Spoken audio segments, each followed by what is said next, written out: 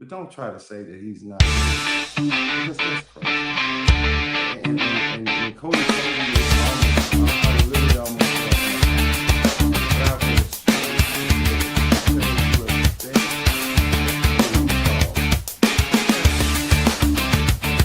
that so, all that being said, we got a great show.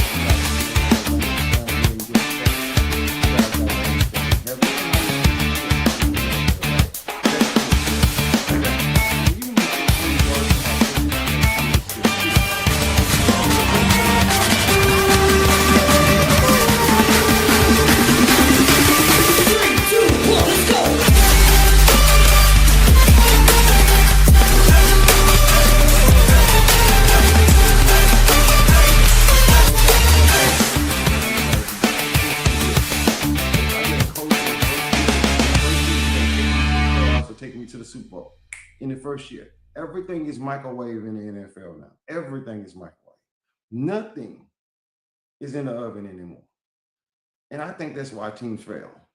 I think that's why, because the whole point of it is a Jackson Dart. Now, and Drake May didn't make the situation no better because Jake May is now in his second year and he's playing great football. He's an MVP candidate.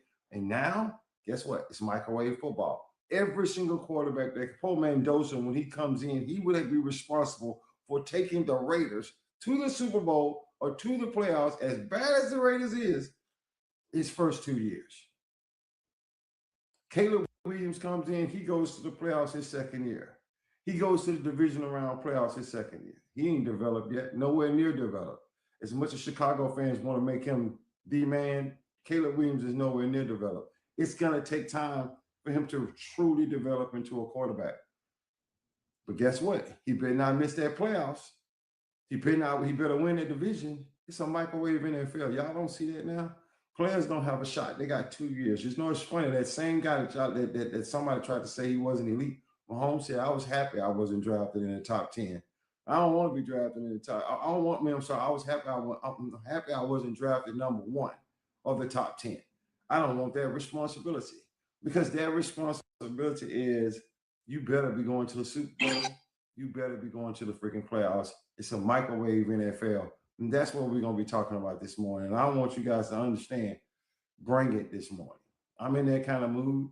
I'm in that kind of mood because I hear so many people saying stupid shit on social. I mean, he's no Tom Brady, but he's all right. I got you, Isaac. And Mahomes is one of the greatest talents I've ever seen, generational. It's true. It's true. And as far as my boy Isaac saying, of course he's not Tom Brady. He is Patrick Mahomes. That's his own legacy. It's his legacy. He's Patrick Mahomes. He's not trying to be Tom Brady. Tom Brady is Tom Brady. Patrick Mahomes is Mahomes. It's that simple. And if you try to compare, then you're an idiot. You're just an idiot. There's no comparison. They're two different types of quarterbacks that have accomplished almost the same things. I mean, so it's not a comparison. That's why I don't do comparison. It's Tom Brady and it's Patrick Mahomes. It's that simple. And honestly, I like seeing both of them play. So he said, how do you tell if someone's a casual the minute they ask you who your team is? Get this all going, guys. Swag. What's going on, brother? What's going on? This is a microwave NFL, guys. You trying to make me mad this morning on purpose? Wow, what did I say? That Mahomes stuff. Come on, man, people. Yeah, that was a real statement that I heard, Mr. Corey. That was a real. I was told because what I said was Sam Darnold cannot be elite after this year because when you look at an elite quarterback, you look past the stats into what they do intangibly. In my opinion, Sam Darnold does nothing at an elite level. Right. And I listed the guys who I had in the elite category. I have 5 people in the elite category, maybe 4. I'm teetered on Burrow just because the guy can't stay on the field. But when you talk about Mahomes, you talk about what he does improvisationally. His arm is at an elite level. Josh Allen, elite arm. Also, you could make a case an elite rushing ability. Lamar, elite rushing ability. The best rushing ability out of a quarterback we have probably ever seen.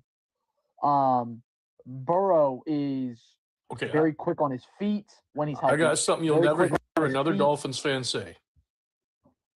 Okay, Patrick Mahomes is a better quarterback than Dan Marino. Okay? He is not. He's not a better passer. Not a better passer, but a better quarterback. You said it like it was painful. He's a better quarterback. He doesn't throw a better. He's not a better passer. Dan Marino retired with 27 passing records. He's not a better passer. He's a better quarterback. Quarterbacks are more than passing. I love your take on that, but I gotta say something. I gotta ask a question before, because I want Cody. Let Cody finish telling you guys the story. Oh yeah, sorry, Cody, go ahead. Yeah. So, and then the final guy I brought up was Stafford. Matthew Stafford reads defenses at an elite level. He's seen every defense there is to see. The dude's been in the league so many years. He has no choice but to see every defense. He reads defenses at an elite level. And I said, there is no intangible of a quarterback that Sam Darnold has that is at an elite level. Sam Darnold is having an elite season, 2 elite seasons back to back, if we're being honest, where in that season, he was among the elite in quarterback play. However, as a quarterback, Sam Darnold does not have any elite intangible to where he deserves to be in that category, winning a Super Bowl or not. And his counter to that was to bring Mahomes' stats up and say, you guys keep Mahomes in this category, but his stats have been steadily declining. Man, look, I don't get the stats argument. There is 32 teams. 28 of those teams would trade their quarterback for Mahomes today. And 2 of the teams that wouldn't do that simply because their fan base had burned the place down. I think the only 2 teams right now that wouldn't do it would be the Baltimore Ravens. And I'm gonna say the LA Rams is the second one. I would have said Buffalo in the Rams, but because I think after Bills fans saw what Pat did with the little talent that he had comparative to what Josh did in the same exact situation, a lot of Bills fans would probably take. Well, you know what? Here's the thing. That's all. What I was basically saying is we can't take elite status from none of the guys that are elite. You can't. For those of you guys who are trying to add people to the elite category, just all you got to do is just think about all the things, the consistency, how much they're on top. Just think about all the things that these guys have shown you in a game, not what they won or what they lost, just showing you their ability to play. And then you ask yourself, is your quarterback on that level? Because if until that quarterback is on that level, you cannot call him elite. It's a reason the word elite is being used. I mean, so I'm just trying to get everybody to understand that some of the things they say on social media is just really sorry. Me personally, Mr. Corey, I was watching. I don't know if you guys watch 4th and 1, right? That's Cam Newton's podcast, right? It's one of my favorite shows because as crazy as Cam Newton is acting, he's dropping some serious knowledge on you. Once he gets to that part, I'm not kicking you off one day. I don't know who kicking you off. I keep bringing. I don't know what happened. Yeah. I keep bringing you on. I don't know what's going on, but I want to say this. I want to get everybody to understand where I'm coming from. When I was listening to Cam Newton was breaking down how fans just literally, I guess you can say, just avoid talking about eras that they wasn't in. They try to take what's happening now and make it football. Well, football has been around 100 years. So it's been around 100 years. That means it was here before my existence and everybody else on this damn panel.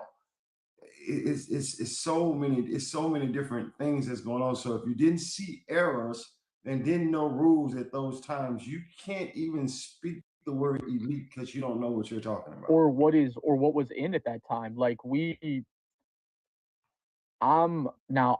a certain person that I'll fight tooth and nail that I don't think should be a Hall of Famer, but at the time, so when for instance, the Hall of Fame argument's a great one, right? The most common criticized Hall of Famer is Joe Namath. The guy finished with more career interceptions than touchdowns. He shouldn't be a Hall of Famer. Either him or Troy Aikman. However, you have to put into the account of the era that he played in. By the standards of the NFL, we're talking Super Bowl, 2, 3 when he did his thing? This is a league that had not adapted passing to the extent that they rarely threw the ball. So for him to have more interceptions than touchdowns is really not that crazy when you look at the era in which he played in. If we were talking by today's standards, I could name you all-time greats that you think, oh, no brainer, he should have been in the Hall of Fame, that have worse stats than backups in the league. And you know what's funny? That just shows you how the NFL has evolved, Cody. But I want to do something real quick. JB. Look, guys, if y'all don't know, JB has his own show, Not Move Podcast. It's a whole bunch of them. They own 24/7. You can't. Somebody's always on from Not Move Podcast. It's simple as that. But I gotta ask you a question, JB. Aren't you tired of that? I mean, like, does it frustrate you anymore when you hear people say stuff like that on your panel? Like,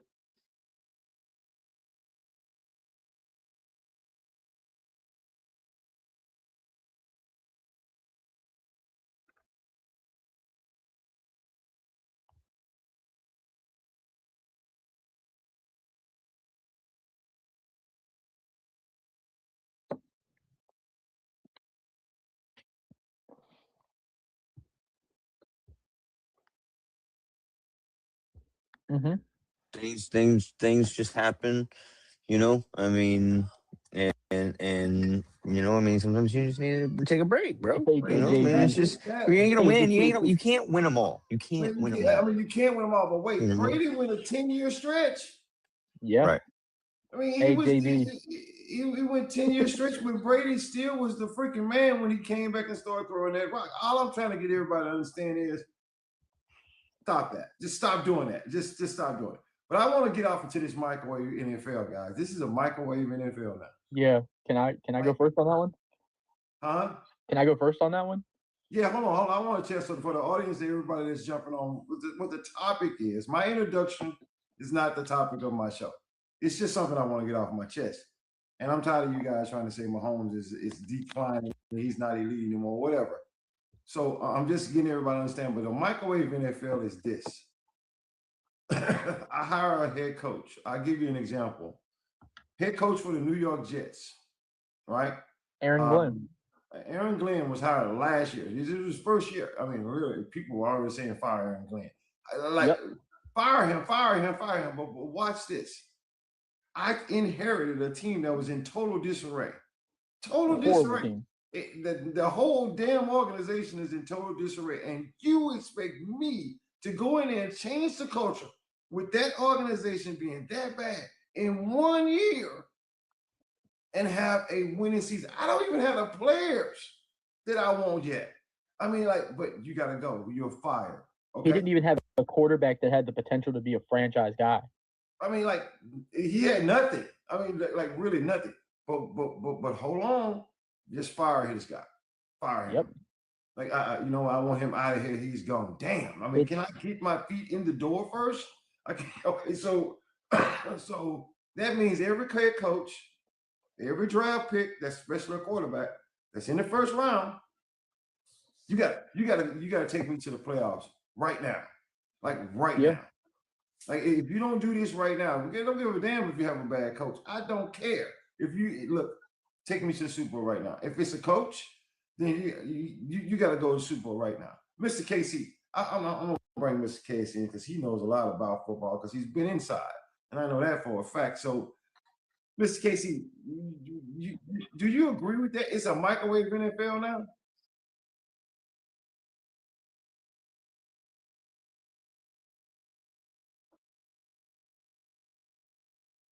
Mm-hmm.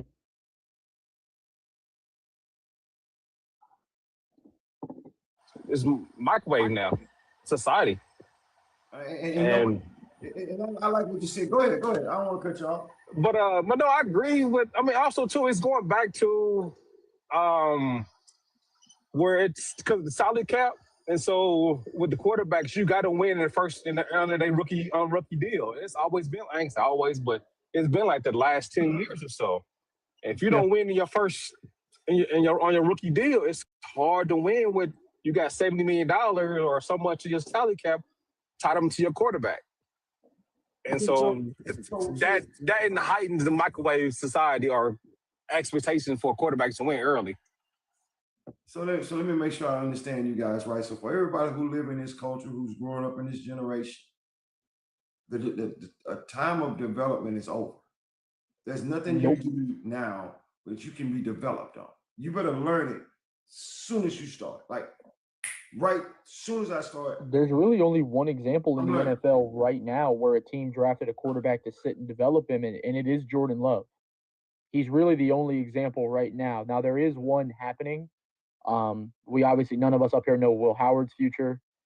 If you want to make the case that it happened to Sam Darnold, I wouldn't make that case because he was thrust into the spotlight immediately and failed, and then he got developed elsewhere. But really the only team in the NFL right now that drafted a quarterback purely to sit him and develop him was Jordan Love. He sat behind Aaron Rodgers for a few years, came in, started when Rodgers left, and played well.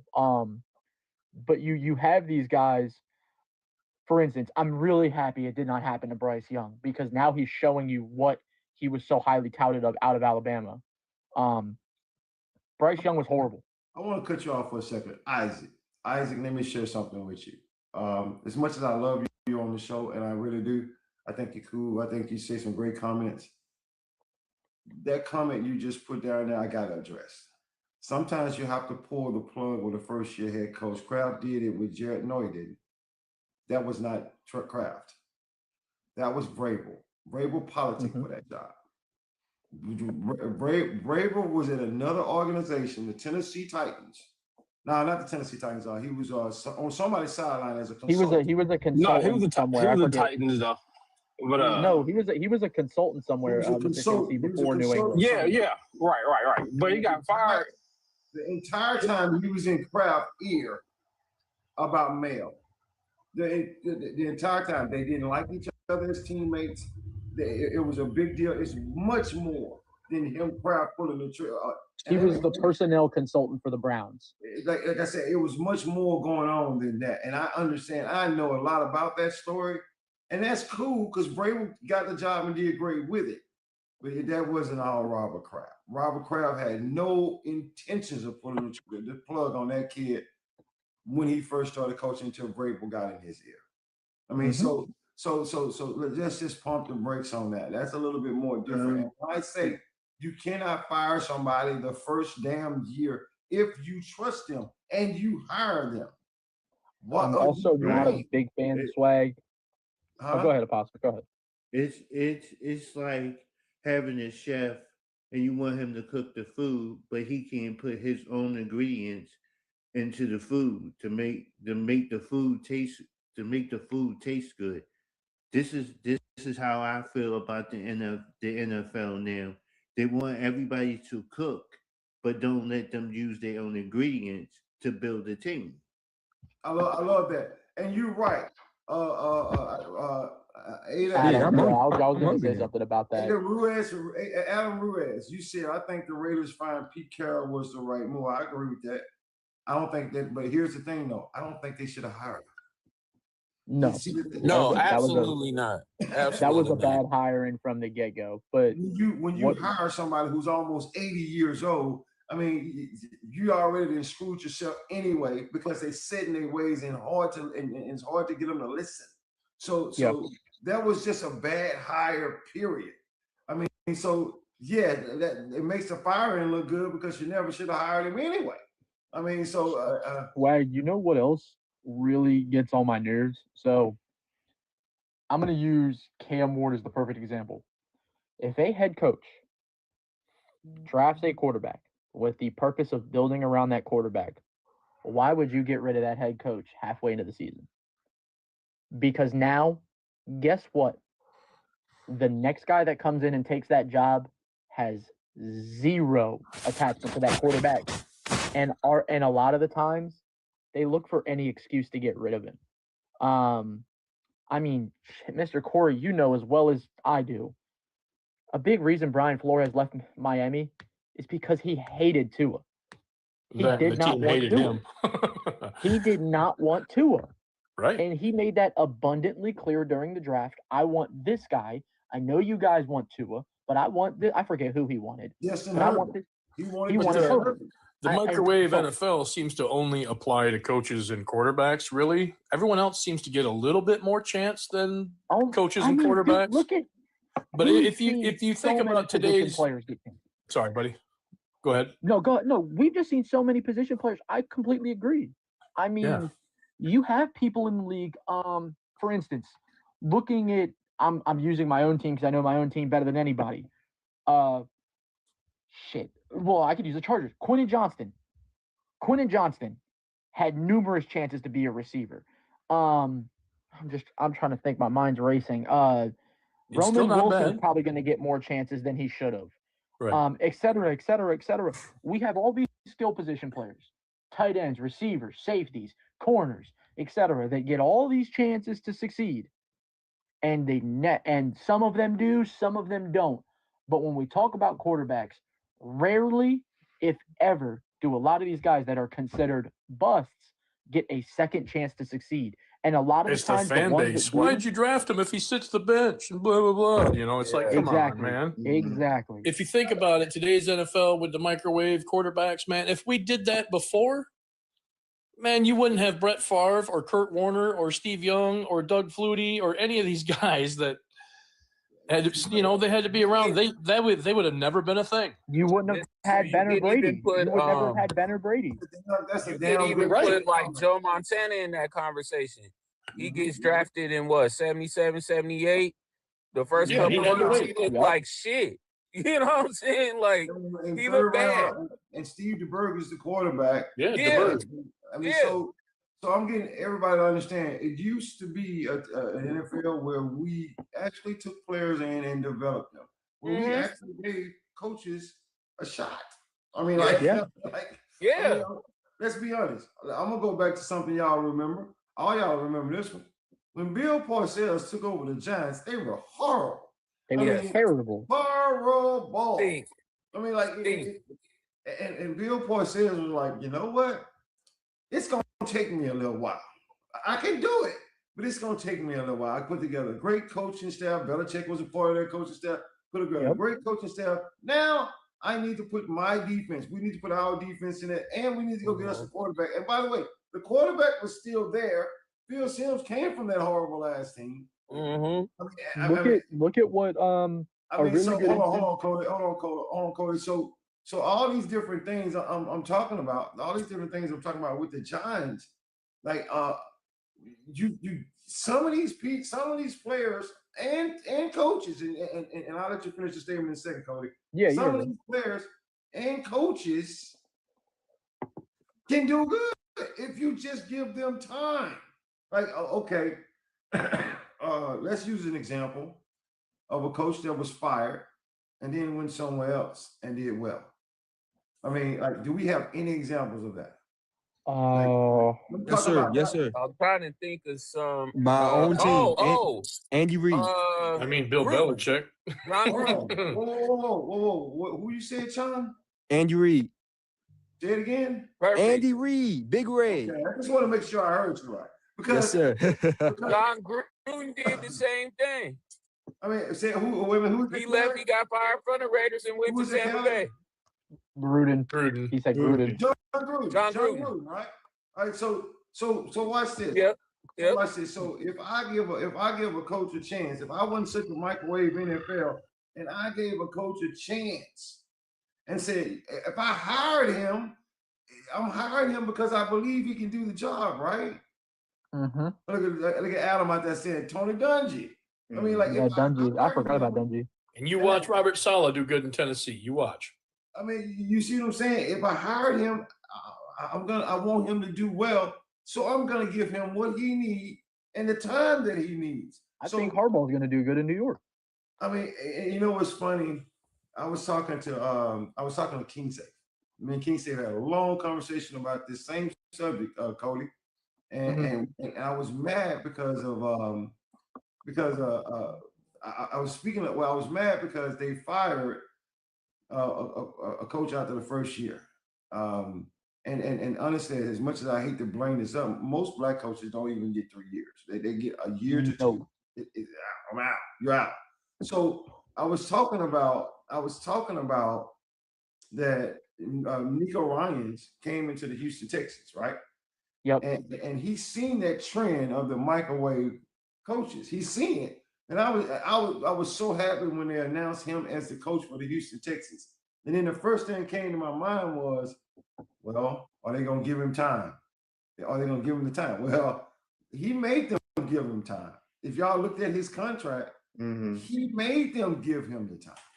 Yeah, because if you don't, I want my money anyway. So we're gonna guarantee my contract for this long. And if you want to fire me, fine, so be it. And look at the Texans now; they're succeeding. I mean, but they gave him time, and look at them now. They're close. They're not there, but they're close. They're a hell of a lot better than what they were with Lovie Smith. I can tell you that. But the one I was going to bring up, Sway. This is a good one. Kellen Moore. Kellen Moore. There's a lot of teams that would have fired Kellen Moore after what the Saints did last year. To put it very bluntly, the Saints were fucking horrible. They were horrible. Hey, they got better the Saints, in the year. Yes, the Saints this year were they were below average. It was an improvement, however. And why? Because Kellen Moore saw what Spencer Rattler did and was like, look, and I'm still a firm believer. Spencer Rattler was playing good. He just wasn't winning games, unfortunately. They made a pivot. Tyler Shough looks like he has the potential to be their guy of the future. Kellen Moore put together an actually somewhat decent team with the situation that the Saints are in. The Saints are in cap hell. Now they're a little bit out of it. Kellen Moore is going to continue to build that team up, and in maybe 3 or 4 years, the Saints will be a team that's actually decent at football. But they're giving Kellen Moore the time to build a roster. He walked into a roster that was terrible, genuinely horrid, and he's made the best out of it. When you think about this, I know Fridgebo, I'm glad you're on here, man. I'm gonna get to you in just a second, brother, because I know you got a lot to say about this too. Guys, if you're jumping on the show for the first time, y'all notice the panel. This is the Swag Show. We're talking about the microwave NFL. The NFL is all about microwave. Now, I love what Mr. Casey said. The entire culture, our entire society is microwave NFL. I mean, it's microwave. I mean, so what I'm trying to get everybody to understand is sometimes that may be warranted, but normally that is warranted when you hired the wrong person anyway. That's the only time that we can justify that. And we all know as fans, when you hire somebody, we already know that is not going to be good for your team. That's going to suck. I mean, but you know too, but you hire him anyway, probably because it's somebody that you know or you're friends with. And I'll give you an example.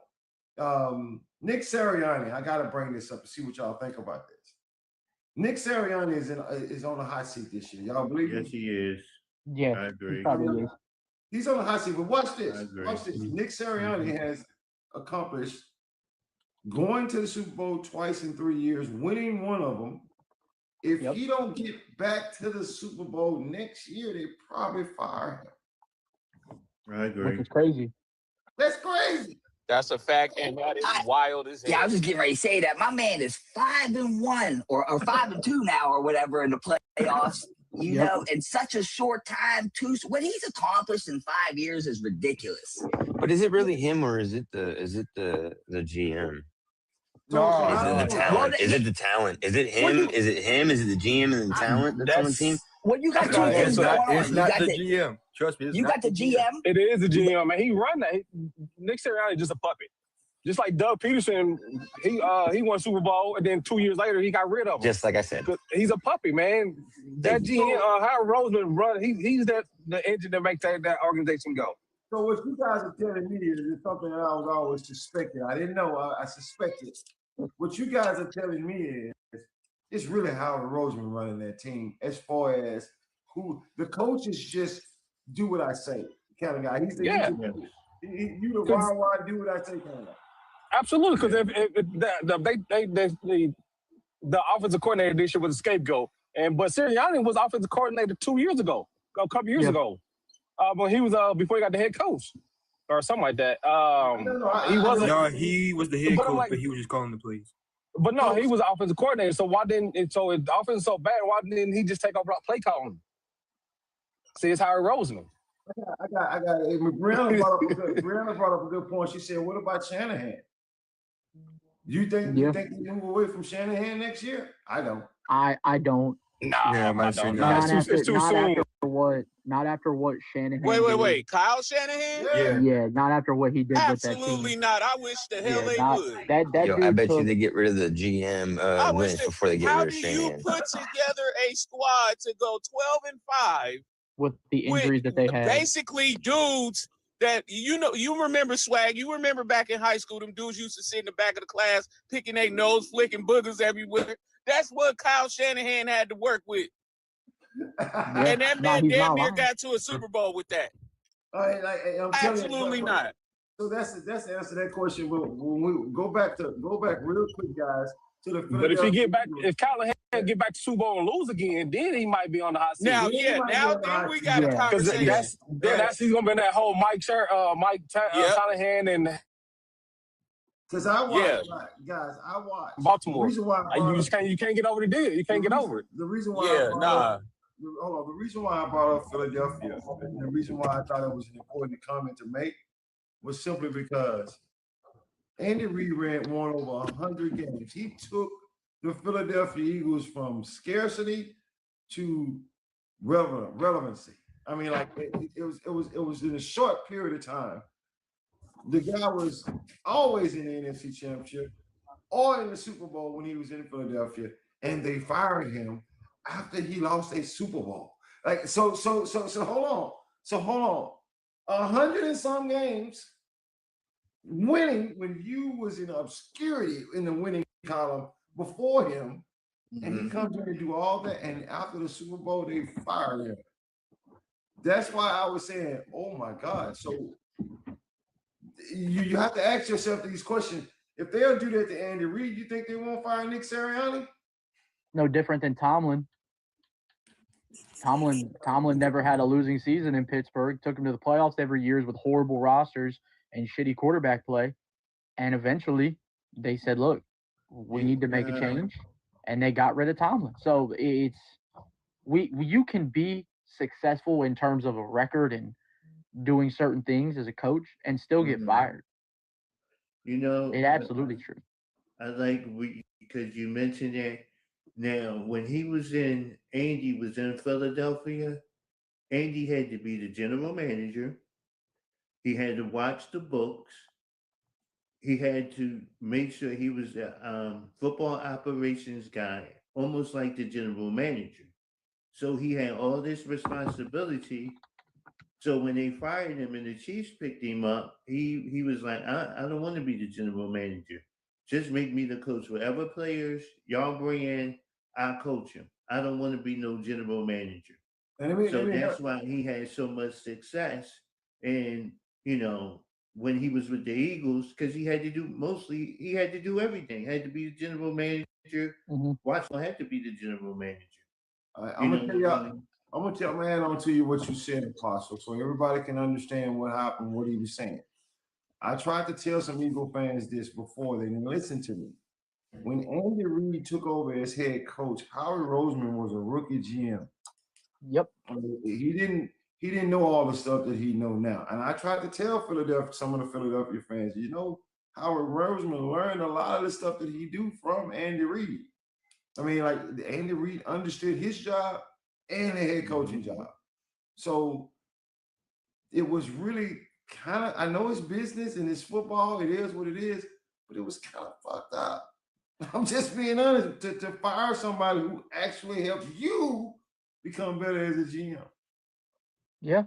That now, I don't know about some cold-blooded shit, but y'all tell me that ain't no cold-blooded shit. Yeah. Well, Swag, can I ask you a question? Go ahead, first, bro.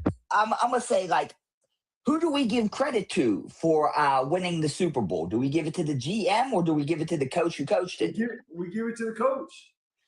That's my point. Yeah. When I with Sirianni, you know, like these GMs, they build the team, but they don't coach the team. So you can build a team and put it on the field, but someone has to go out there and coach that team. My point. Yeah. So like Harry Rosen was the GM under when Andy Reid was still there. But Yes. he didn't have all the power. He had the title. Andy Reid had all the power. Mm-hmm. And so when they fired Andy Reid, they demoted Harry Roseman and gave Chip Kelly the GM. Mm-hmm. Yep. And then they came back like, oh, that was a bad owner, like that was stupid. So they gave Howard Roseman power again. Hey, you the GM now. And then he went on, hired Doug Peterson and all this. That's why it's his show now. Like, yeah, we it was our bad. We shouldn't have hired that Chip Kelly guy and gave him all the power. And Chip Kelly he fucked up the Eagles organization, trading all these players and all that. Yeah, so they gonna let Howie do what he do. Because Kelly's problem is he tried to run an NFL team, and there's been players of this. Tried to run an NFL team like a college team. Let me ask you, Shoe Game, he was an assistant GM, but Andy, he became the actual GM with Andy. I mean, so, but you're right though. He was an assistant at first. The point I'm trying to make is Andy Reid had a lot to do with Howard Roseman's career, a lot to do with it. I mean, so it's still the thing. You fire these coaches because you can't. Okay, we know that the Rams. We agree that the Rams, when they won their Super Bowl recently, or the last time they won it, when they beat the Bengals, we know that the Rams basically sold out. They bought a team. Like they bought a ring. They brought in Matthew Stafford. They brought in Von Miller. You went out and got OBJ. They went out and got They made damn sure they was gonna win a Super Bowl. Damn. Went out and got Ramsey. Ramsey was a few years before that, but if you want to include Ramsey, sure. But I'm just saying they was doing it, right? Then they went into Sarah Cap Hell because of all those things that they did, but they won a Super Bowl. But as y'all can see, they just extended the coach for the Rams. They just extended the GM. And let's be honest, in most cases, nobody would even gave them time. After that Super Bowl win, the Rams were a debacle. Like it was like, okay, we gotta. Nobody wouldn't have gave. They gave them the time to rebuild that team the right way without being in Sarah Cap Hell. And now they're a contender again. So I'm gonna ask you a question. Why don't other teams do this? I mean, okay, so let's talk about Go ahead, Mr. No, Mason. okay. One thing about that is the owners too, though, man. Kroenke, he owns like 4 or 5 other franchises. He owned like a soccer, a soccer team over in Europe and stuff like that. He owned the Avalanches, or some hockey team, but he owned a lot of different franchises. Colorado. And he hired good people. And you see the owners that keep turning over head coaches. They want to do it themselves instead of just hire some good guys and let the guys do what they do. They want to try to run the show. Like, man, y'all businessman. Make the money. Hire somebody to coach and let them coach and build a team. Stop trying to do that, Jerry Jones. Oh, yeah. Jerry Jones. That's another one. He wants to get all the credit. And when everybody was giving Jimmy Johnson the credit, he got jealous. And then that's when the fallout happened between those two. Apostle, he got butthurt. Go ahead. Like that. You said it. He got butthurt. That's what happened. He got butthurt because it wasn't him.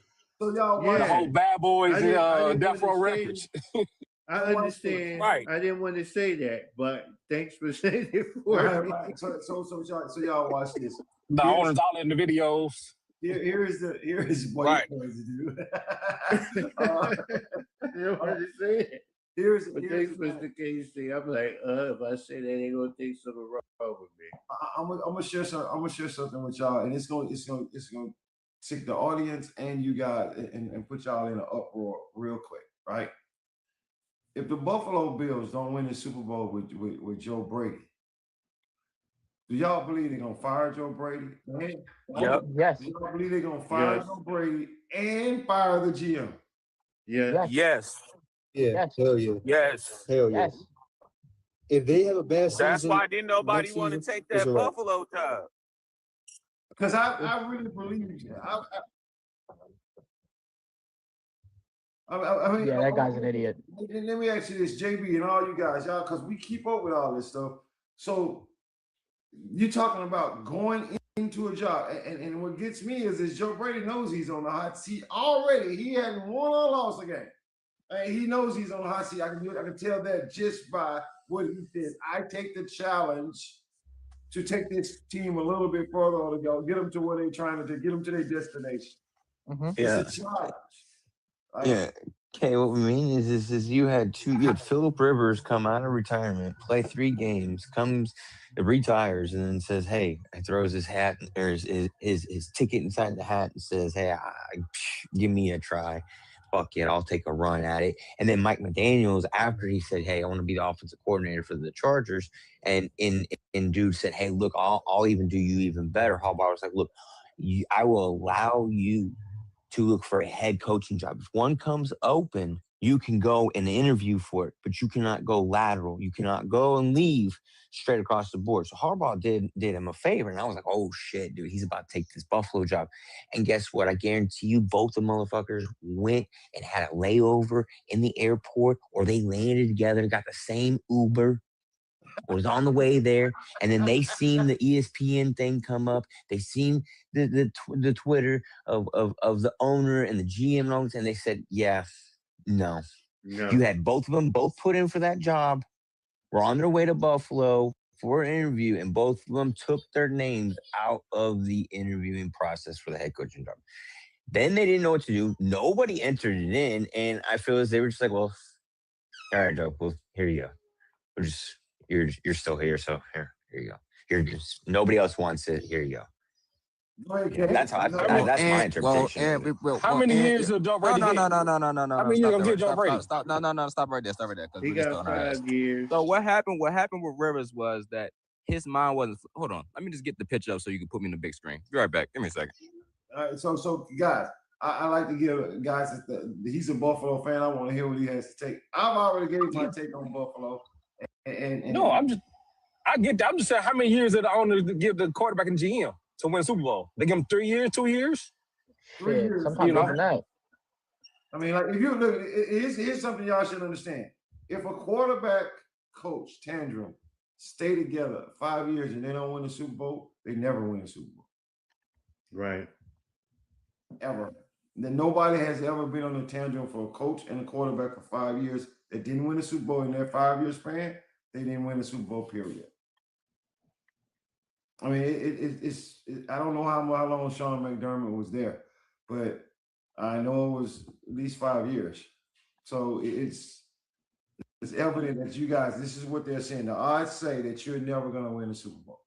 Did you see Swag? Did you see the petition the Buffalo Bills fans drummed up to get Sean McDermott back his job with the Buffalo Bills? I know it's a lot of people wanted Sean McDermott to be the coach. I didn't see the petition, but I know it's a lot of people wanted Sean McDermott to be the coach. I don't disagree. I never disagreed with Sean McDermott being fired. I think they was doing him a favor. You just don't realize that yet. Like they doing you a favor because you ain't get it done while you were there. A lot of it was your fault. Go somewhere else. Harbaugh was the same way. I thought that Baltimore was doing him a favor firing. I mean, like sometimes it's just you're not gonna get it done yet. I mean, I don't know what else to tell you. You're coaching at a high level, but you're not bringing in high level accolades, and that's a problem. Go ahead, Kay. I mean, Hold on, let's switch to the big screen so y'all know what really happened. Cause I don't know what the hell we talking about. Anyways, how the hell you do this shit? There we go. I mean, so it's let me explain that. Now explain what you were saying. Go ahead. So pretty much, we had hella coaches that wanted the job. I don't know where we getting that we didn't. The coaches we wasn't. I don't really why people thought McDaniels was gonna get the job anyway. He didn't do good in Miami. I didn't think he was gonna get that anyway. It was no point even like entertaining that shit. Certain things I just don't entertain because it's obvious that a motherfucker's not gonna get the job. Joe Brady wasn't gonna get the job at first either. They gave Joe Brady a hard time also. It wasn't this a friendly Joe Brady. Go read up what Joe Brady was talking about. That shit was not hard. Was not easy for him. They gave them questions like, "Are you really gonna give us change?" Like it was a lot of coaches they had that they interviewed. We interviewed like 8 damn coaches, and it wasn't a bad. It wasn't a bad idea. Phillip Rivers wasn't a bad idea either. I didn't think he was a bad idea at all. Sometimes the mid Phillip Rivers wasn't mid, but he wasn't the Tom Brady. Them players somehow are great coaches out of the blue. But this is what happened with Phillip Rivers. Phillip Rivers then he had so many goddamn kids, and I knew this was gonna happen. He got so many goddamn kids. He got family, got a wife. And when you're a coach, you gotta be in the goddamn building 24/7. He wasn't gonna be able to do that. He knew he wasn't. And this is the proof right here. It wasn't about whatever the hell y'all was talking about. But yeah. It wasn't about Mike, but damn, like, come on, we gotta be for real. We gotta stop saying shit and be for real. Like, who the hell doesn't want a Buffalo Bills coach because the fucking owner? You still got Josh Allen. So then why did Mike McDaniel back out? Why Mike McDaniel's back out then? I got that. Because I mean, this is proof right here. You see why this. I mean, and the kids. I mean, I don't really buy the kids saying like, he wouldn't do that because like, coaches. I mean, like majority of his kids are older. I mean, he still has. And I know he's got 11 of them, but I mean, dude, like that's the choice. I mean, he played in the NFL, bro. He hardly seen him in then. I mean, he coaches for high school, bro. He is trying to move up. He said that before. Mm-hmm. I think just at this point in time, like the article says, at this point in time, he doesn't feel that he can give it his all. I don't think in anywhere, But I mean, I think Phil Rivers would have been a better choice, to be honest.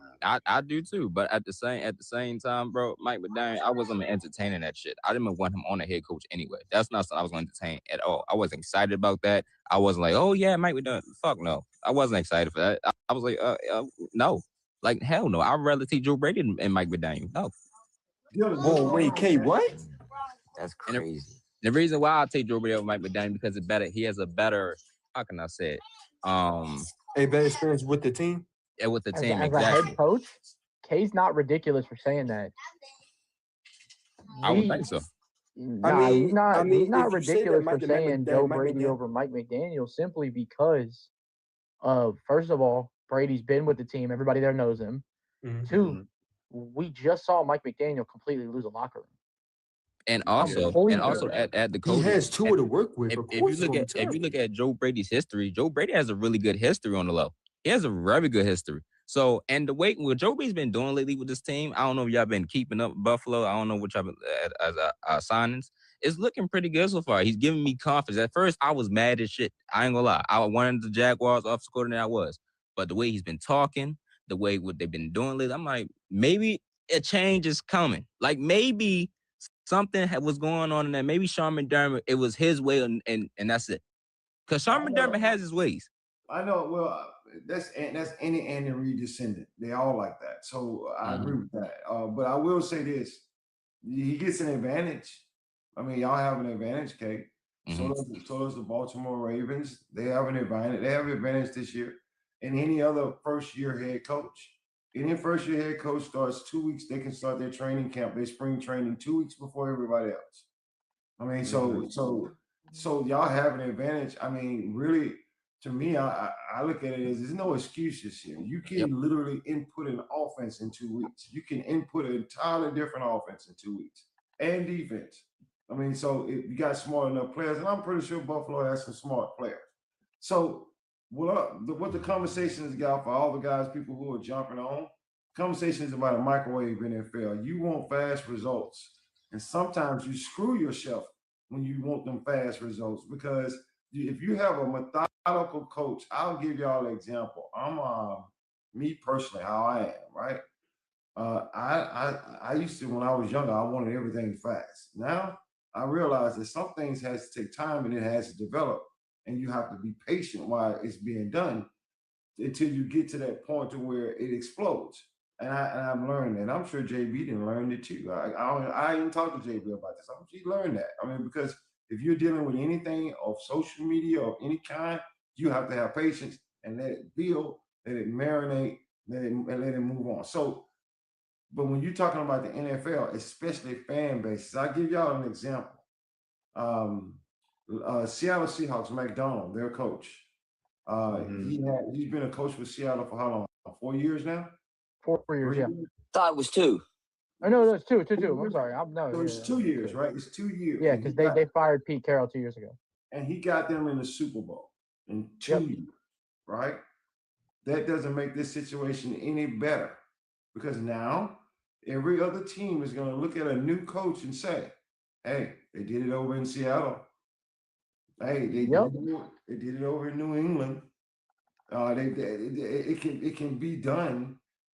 So why are you not doing it? You're fired. And that is crazy to me because let's take for instance, Dallas coach just took over last year, right? Obviously, we saw that these guys had a great offense. So if he can't go this year and build the defense, and let me help you out, Dallas fans, if you're listening, if you put George Pickens on that franchise tag, don't be expecting y'all to have a good defense because you won't have one. Because you don't have no money. And the whole thing about it is now you got to go in the draft and you got to hit in the draft. And now these guys that coming in the draft, these skill positions, they got to go out and ball out of control. Right? Because that's the only way you're going to have a great defense. And here's another thing I wanted to bring up to you guys, and this is going to be a panel joke. This is going to be another jolt. And I got Dylan on here now. It's going to be another jolt. If Liam Cohen don't make the playoffs next year, would they fire? Liam Cohen, no. Because this is a microwave NFL. Yeah, but I still think no, Swag. Well, I don't think so either, but I'm just telling you. I wouldn't. I don't think Liam Cohen's actually on any type of hot seat at all. I think what he did with the turnaround that he did in Jacksonville and all this stuff, obviously Trevor Lawrence is finally looking like the golden boy that we all thought he was going to be out of the draft, that we all knew he had the potential to be. No way they fire him, Chum. No way they fire him. All right, Chum. Be real. But watch this. No way they fire him, right? But what if you do it the next year? See, because the reason why I'm asking, the playoffs 2 years in a row. Yeah, the reason why I'm asking is because they got a lot of contracts coming up, and when you have those contracts coming up, and you can't keep everybody, and you have to basically what you're doing is kind of doing a small reset, and sometimes in that reset, you don't do well as a team, and it doesn't mean that you're a bad team. It just means that you have to give it time. Sort of like what I just explained about the Rams when they won the Super Bowl. They had to give it time to let these guys let it build back up. Do they give Lee and Cohen the time? And so y'all talking about the Jaguars coach, right? Right. Yeah. Just went 14 I know 3. one thing. They get rid of him. They some dumb asses. I like him as a coach. I don't like the quarterback. I do too. But here's what I'm saying. Now, listen to what I'm saying. I am not putting anything. I don't think the Jaguars will fire Lee and Cohen out the next year if they don't make the playoffs. I don't think so. But listen to what I'm saying. Dylan, you can tell me this, right? How many people coming up for contract this year? They really only have they have two big ones, Swag. That means it's next year. Yeah, it's going to be next year for them. They're two big ones this year. And Travis, we kind of already know who's going to go, who's coming back. They're two big ones after they brought back their center. I forget his name. Cole Van Luren, I think is his name. But their two big ones were going to be between Etienne and Lloyd. They were going to bring one back, and the other one was likely going to walk. Okay. And now Devin Lloyd, in the money that he is apparently asking for, looks like he's going to be the one that walks. So they're going to have to replace Devin Lloyd, which is a giant gap in that defense. So they'll have to replace Devin Lloyd, and they'll probably bring back Travis Etienne on another deal. Okay. So what about next year? Because isn't Trevor Lloyd pissed because they didn't pick up his 5th-year option either, though. They didn't believe in him. So he trying to get that money. Well, I mean, it's the same thing too. The Jaguars did that to themselves with both players, honestly. If you hadn't been so public about shopping Etienne at the start of the year, there's a chance that maybe Etienne would have came back this year on a team deal to stay with the team, and you could have had the money to bring back Lloyd. And this vice versa with the 5th-year option with Devin Lloyd, where if you picked up his 5th-year option, it's not that big of a deal. Maybe you can work out a deal with Etienne, but now because you've dug yourself in that hole, because you don't believe in the talent that you have, you're going to have to let one of them walk. I don't know. Someone else would have to, because I'm busy right now, but someone else would have to look up their contracts next year. Dylan can tell me. Dylan, tell me. What's going on next year? I'm busy right now too, brother. I'm shopping right now. Sorry. I think. Well, I gotta drop you down, brother. Hold on. I gotta get some other people up here. Oh, you're good. All right. This Patriots fan, man. Hey, Swag, you know, I'm trying to get my birthday plans together. So my birthday is tomorrow. So happy birthday, brother. Happy birthday, brother. Happy birthday, man. I think maybe Jacoby Myers is eligible for another deal. All right. I'm back. Thanks, buddy. No, he got extended. I'm bugging. He got extended. I mean, so I'm just trying to get take it easy to positive. I'm just trying to get everybody to understand closely. Your coach can be fired even though he did well because it's a microwave NFL. Now look at the AFC and how stacked it is right now. It's going to get more. It's going to get more. It's going to be other teams. Tennessee going to jump up there. The Chiefs are coming back. It's going to be a lot of different people in the AFC. So how in the world? You heard that, King Save. So don't get too comfortable. I mean, so how in the world are you who's gonna be firing who? Like, is Aaron Glenn? Is he on the hot seat? I was just about to say something about him, Swag. You know what's crazy? What the Patriots just did. If I'm Aaron Glenn, I'd be kind of pissed a little bit because you know how the NFL, like you've been talking, NFL been firing people pretty fast. And a lot of Jets fans, I don't know why Jets fans are doing this. Y'all don't have the pieces yet. You gotta let it build. They want him gone already too. You don't know what y'all have until you let it build up. And guess what? They gonna give him and I'm not trying to bring this, but he's a black coach, so you ain't got enough time, brother. So they gonna give him a hard time now because Mike Vrabel just did something. So Mike Vrabel just did something, and he just went the whole year without having an interception, and he's a DB coach. He played DB, and he was a defensive coordinator, and his defense went a whole year with and without defensive guys. I get that, but they were there half the year, and neither time could they get a fucking interception. That dude's junk. I mean, so hold on, JB. Star. Yes, sir. Star, first time on the show? Yes, sir. All right, so it was your first time on the show. Then I tell everybody is don't use the N-word at all. Yes, so do you hear what we talking about? Yes, sir.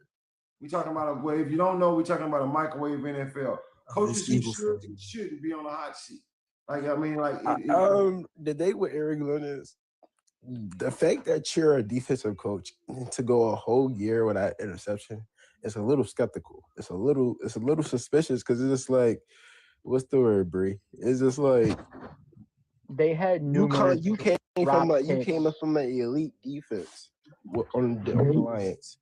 So you know how to run a defense. You was sitting down on the bench about quarter four because your defense was doing so good.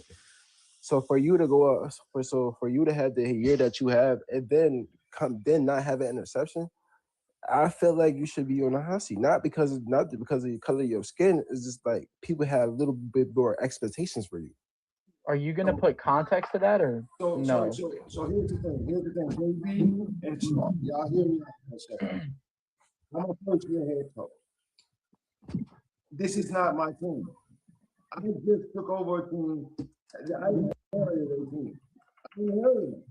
Now, I get the part about the no interceptions. That's unacceptable. I understand that. But can I get my squad in there first before y'all judge me? Can I get the people that I want before y'all judge me? No. Be honest. Well, watch this. Said no. They moved away. Hold on. They moved away from Sauce Gardner. Microwave league. Which was a dumb move. It was a dumb move. No, it wasn't. Not really. I don't think it was a dumb move. I ain't gonna lie. I thought Sauce would rigged his head. I mean, it all depends on what they do. I just want to say this about Sauce Gardner. Y'all love to hold double standards to players, right? And when we talk about Joey Porter, he holds. No. But when we talk about Sauce Gardner, that's an all-pro season, right? But when we talk about XX and X players, and really quick, because I wanted to say this, when we talk about the no interceptions, I could tell you off the top of my head 5 times the Jets dropped picks this year. The Jets dropped a lot of interceptions. That defense, it's not all on Aaron Glenn. It's really not. You have to put context to some things, man. I'm just saying that give me at least 3 years. Just give me 3 years. Let me go through 2 drafts myself before I mean, don't even hire me if you're gonna fire me out there. If I'm in the hot seat the second year, don't hire me. Just don't hire me. This team was in disarray. And by the way, I agree with Sauce Gardner and the Quinn Williams, not because of the talent, because of the freaking money. Like they stacked up on picks.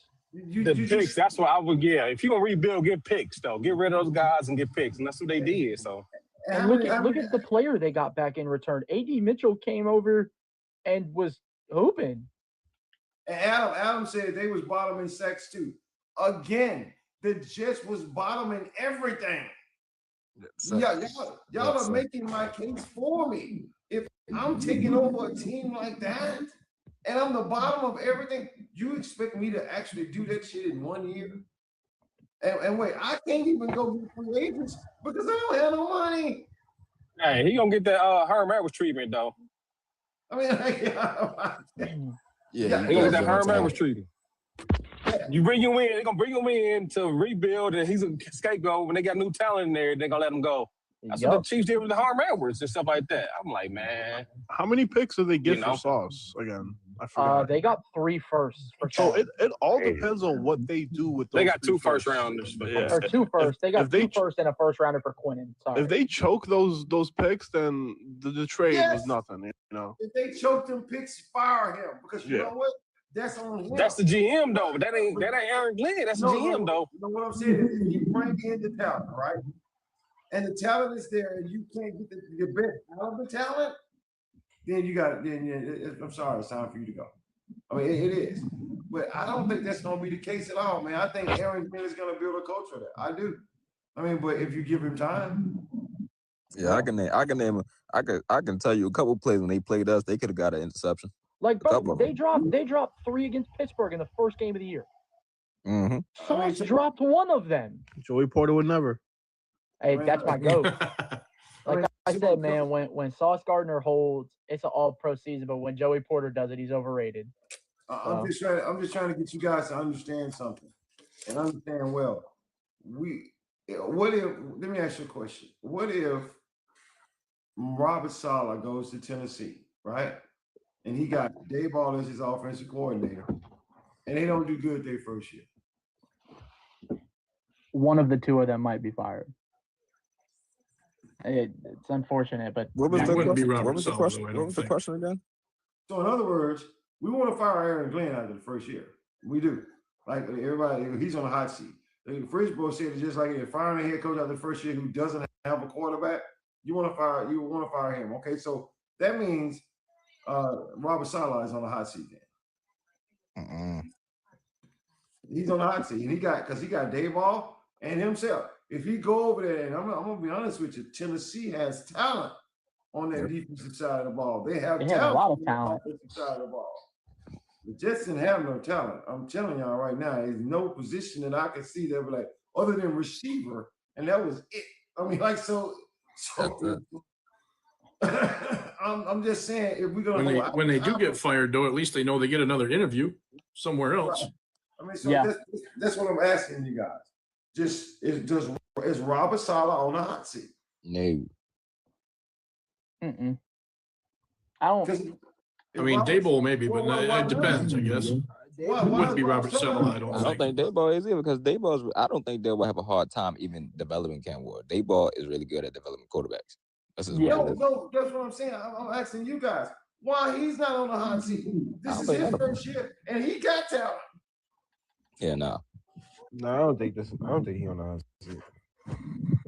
It doesn't matter who your coach is. If you're a first-year head coach and you don't win right away, your fans are going to want you fired.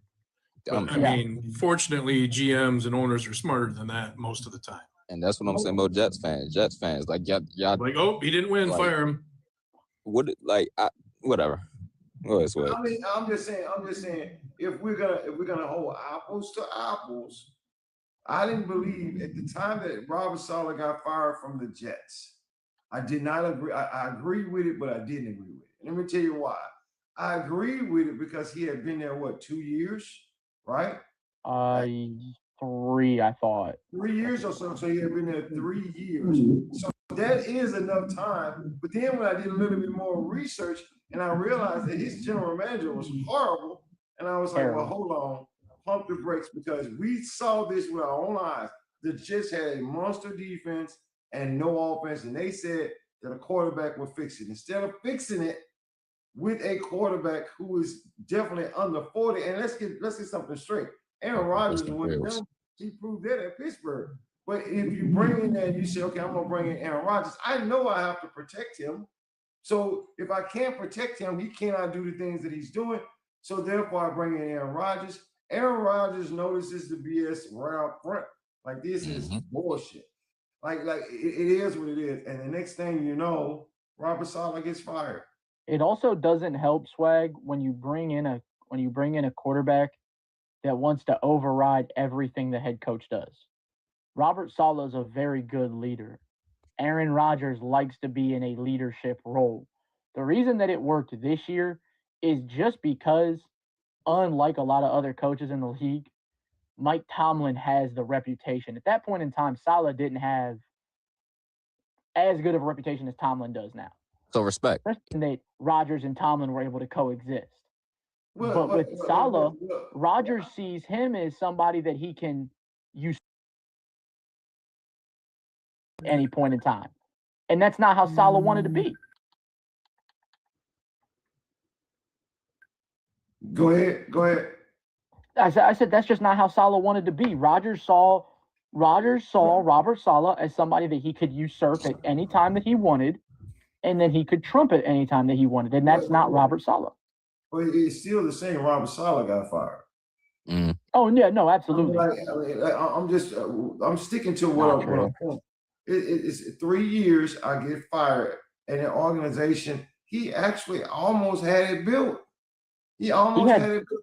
They had a top 10 defense every year he was there. I do agree with one thing what Jam said, and I've been saying this for a minute. Some coordinators are really not meant to be head coaches, and the biggest one I always say is the Chiefs defensive coordinator. I think he's the best. He's a huge, great defensive coordinator, but a head coach, leave that shit alone. Like, don't touch it. Spagnuolo. I feel like you should know your weakness and your strengths, and your strength is defensive coordinator.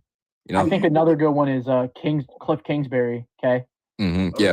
Cliff Kingsbury is a good OC, but he just isn't a good head coach. And that's okay. Isaac said Josh McDaniels. You're right. He's a horrible head coach, but he is a coordinator. I mean, Jim, I get what Jim is saying. I understand why some of the disagreement here, and we're having a great debate. I'm just trying to get you guys to understand. No quarterback to me. I mean, no coach to me. If you're gonna hire me, and especially in an organization that's in disarray, if you're gonna hire me, if it's total in disarray like the Jets, you're giving me 5 years. If it's just okay, I need a good head coach in here to get the culture changed, I want 3 years. But you can't say I'm gonna do it in one goddamn year. I can't do it. It's not gonna happen. It's not gonna happen. So we say Mike Vrabel came to New England and he built the team in 1 year.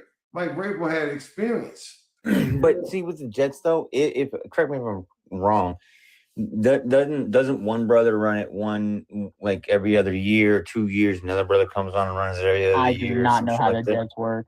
I'm pretty sure that's how it works, actually. So you got to look at. I mean, I'm pretty sure that's how it works. How the Jets have been running it for quite some time. One Woody brother runs it, one like every 2 years. You know, when they swap or however they do it, it's never consistently one running it, right? So, I mean, you got. It's like me and Swag running a business. He wants to run it one way. Here, you can run it how you want to for 4 years. I'll run it how I want to for 4 years. You just happen to be a coach who gets signed between them 4 years. I don't like you. You're gone. It don't matter. I don't gotta give you no 5 years because that was my brother. You know what I'm saying? I don't know, man. I don't know. I just see the Jets are just messed up, dude. Entirely. And that's what I'm saying. That's you hit it right there, JB. The Jets are messed up. Like it's gonna take somebody. It may take 2 people to come off in there to rebuild it. Go ahead, Jim. I want to hear what you got to say, brother. You're gonna need Jesus Christ to save that franchise. He's not lying. JM, what's up? Hey, how you doing, Swag? What's happening, brother? No, I just wanted to comment on a couple things real quick. Somebody said something about Kingsbury not being a good head coach. He's only been a head coach one time. I mean, they got to learn. I mean, at least give the guy an opportunity for a second, because they learn things and they change things. So sometimes the second time around is a lot better than the first time. You know what I'm saying? Also, with Aaron Rodgers and Salah, those two had a great friendship, or whatever you want to call it.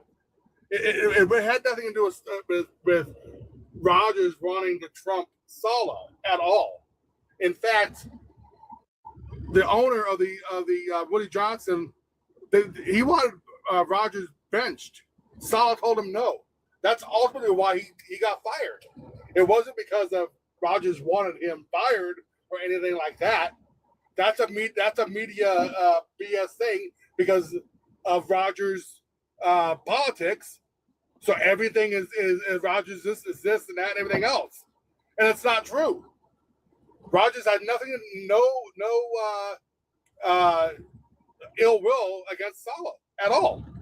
That's a media narrative BS thing. So I have a question about the Kingsbury thing.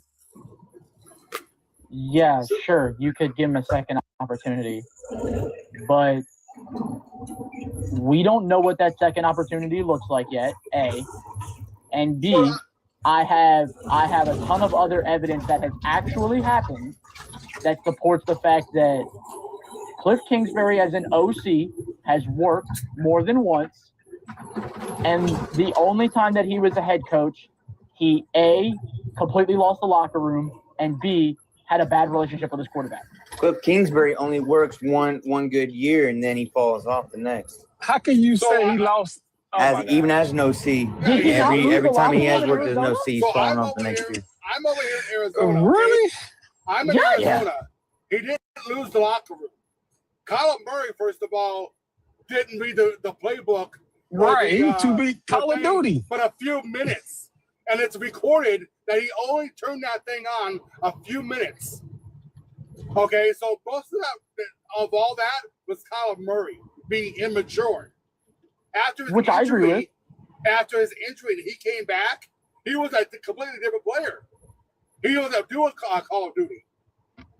And this past year, again, he wasn't doing Call of Duty. He was actually a different player. But injuries, but no, what's his name?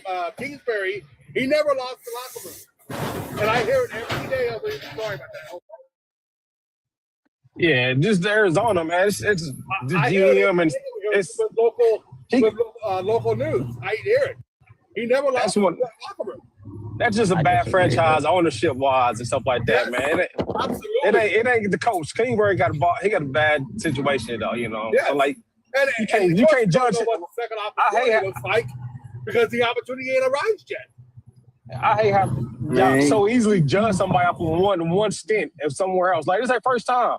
It went bad. Okay, cool. Oh, he's gonna be a bad coach forever. How you don't know? You don't know that. Just because that was a bad organization. He did okay. Again, he had his year too with Daniels in the offense, and it turned to shit. But that's not right. I can't. But he's not the head coach though. He's not the head coach. He's the offensive coordinator, bro. That's what I said. I said. Yeah. I'm talking about offensive coordinator. I'm talking about head coach though. Yeah, I get what you're saying, JDB, but that's something that I think you have to put context to with what the Commanders dealt with this year. Like I think maybe they played a total of 3 games. But there's together. JD, Terry, it was 3 games. It was 3 games.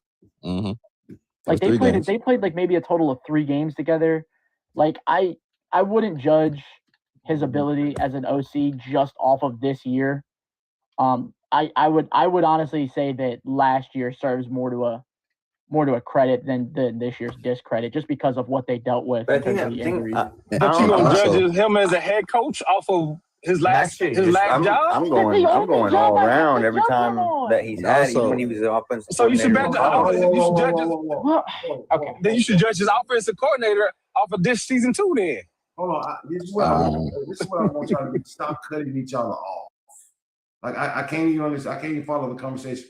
Now go before Miss Casey. Hold on. We're gonna come back. JB, what were you saying? None. Now go ahead, Miss Casey. Hello, Miss Casey. Yeah. Yeah, my bad. No, my question is. So he said he judged him. He's not going to judge him off of this season as offensive coordinator, but you judge him off his last year as a head coach and say he's bad head coach, and he had a bad year as offensive coordinator. He's a bad offensive coordinator.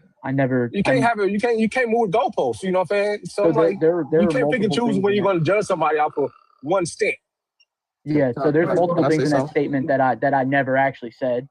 One, I never said he was a bad head coach. I said he's better as an OC than he is as a head coach, which I do find to believe true.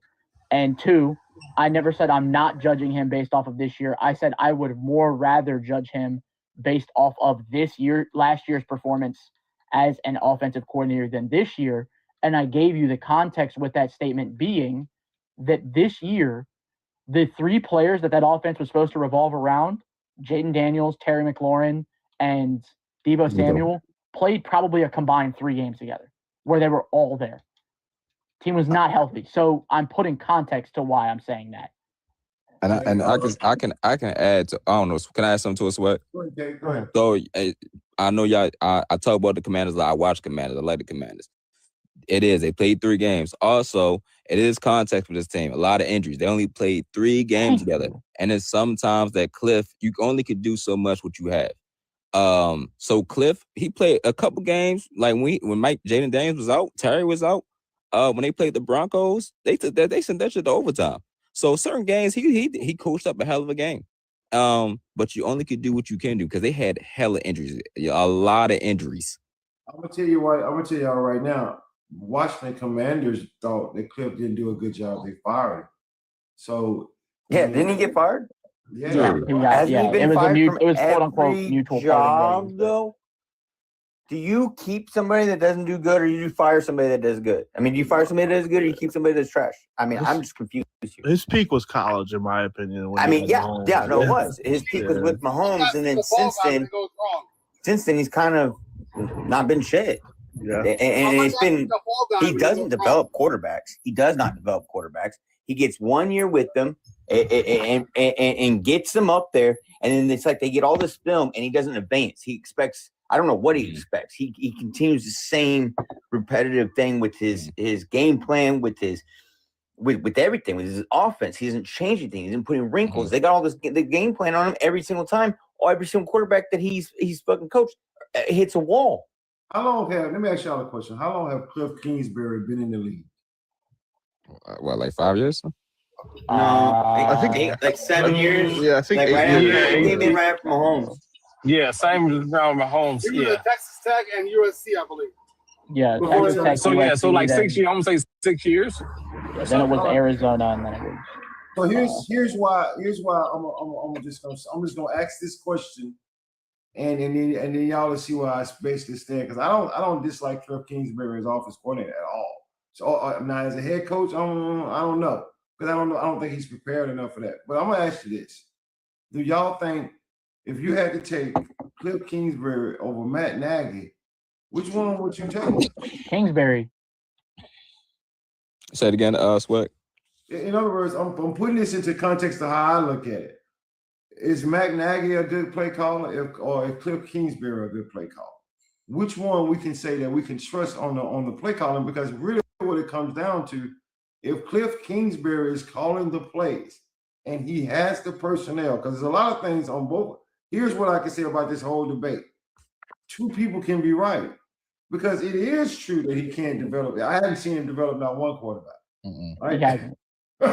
But I have seen Cliff Kingsbury call some serious damn plays in a year's time.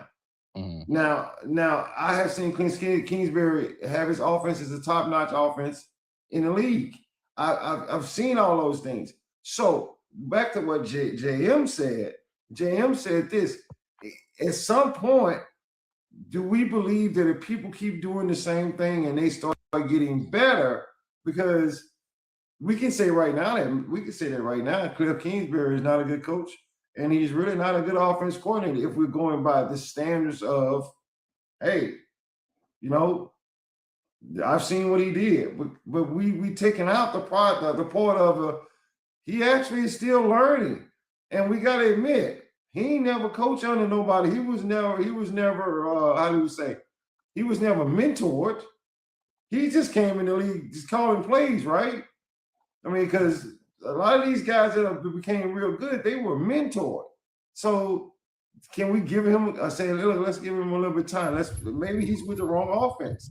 Maybe he's, because I'm gonna be honest, the command went to shit because he was there. Yeah. So it's a sense that both of you guys can be right? I'm just saying, it's a sense that both of y'all can be right. I got a question for you, Swag. I'm sorry. I'm gonna let you in. Do you feel probably Kingsbury for his particular offense, he needs a specific type of quarterback, and probably because Jalen James was hurt or things of that nature, probably needs a specific type of quarterback to run his system to be successful? Would you think that? That's a good point, Enrico. But not only just a quarterback, I think he needs more than that. It's in other words, I need a certain type of receiver. I need a certain quarterback.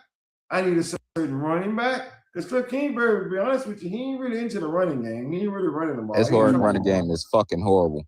Yeah, his running game is terrible. So he needs a certain. I mean, that means your running back got to be more of a catching the ball out of the backfield kind of back. I mean, like, in other words, what I'm saying is, and this goes to any offensive coordinator and any defensive coordinator, if you do not have the personnel. Correct. That's the only reason I asked that question, because if you don't have it, it might be a detriment to his success. I'll let him play and let you go. No. All seriousness with everybody, right? JB, you got to vouch to this. Spags didn't have everybody he needed last year. He needs certain people to be able to run that scheme, and I guarantee you get them this year. He has to have certain people, and they know what they need. Yeah, he also got a 5-year extension, you know what I'm saying? And somebody else got fired. I mean, what I'm saying is, Cliff Kingsbury has to go to a team. They have to be, and here's what's crazy about them firing Cliff Kingsbury, because I didn't think the Commanders should have fired him. When you looking at that old sorry ass defense they had, did you see how bad that defense was? Their best player was 40-some-year-old Bobby Wagner. I mean, and Bobby Wagner can't. Don't even get me started on that.